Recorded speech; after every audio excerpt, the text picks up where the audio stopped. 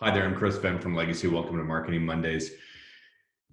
So, depending on where you are, you've been in social distancing or lockdown or quarantine or social isolation or however you want to describe it for as much as 8 weeks right now. Some people even a little bit longer, depending on where they are.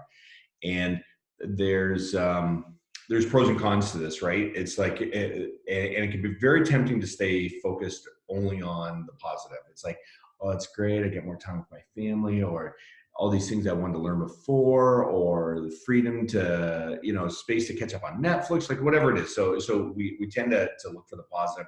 There's nothing wrong with that. That's all good.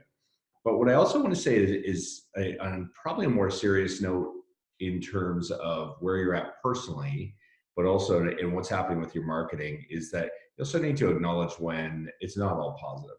It's not all good. It's it's okay for you to name the stuff that's tough right now. It's okay to talk about the frustration. It's okay for you to not be okay right now, right? So an abnormal response to an abnormal situation is called normal. Okay. So, and what we're going through right now is a very abnormal environment, and you're going to have abnormal responses along the way. So are your clients. So is your family. So are your coworkers. So are your peers. Okay. So, an abnormal response to an abnormal situation is normal. So, I want to encourage you to do two things. One is don't just stay Pollyanna and rose colored glasses on this, that everything's great and this is wonderful and the environment's getting better and stuff. And lots of good things are happening. However, also name the stuff that's tough for you. Get clear on, hey, this stresses me, this stuff stresses me out, or I'm not okay because of this, or maybe even not with a because, it's just I'm not okay, right? And start to look at the things that you can do that help you get switched on and clear and essentially maintain morale. So how does this tie to your marketing?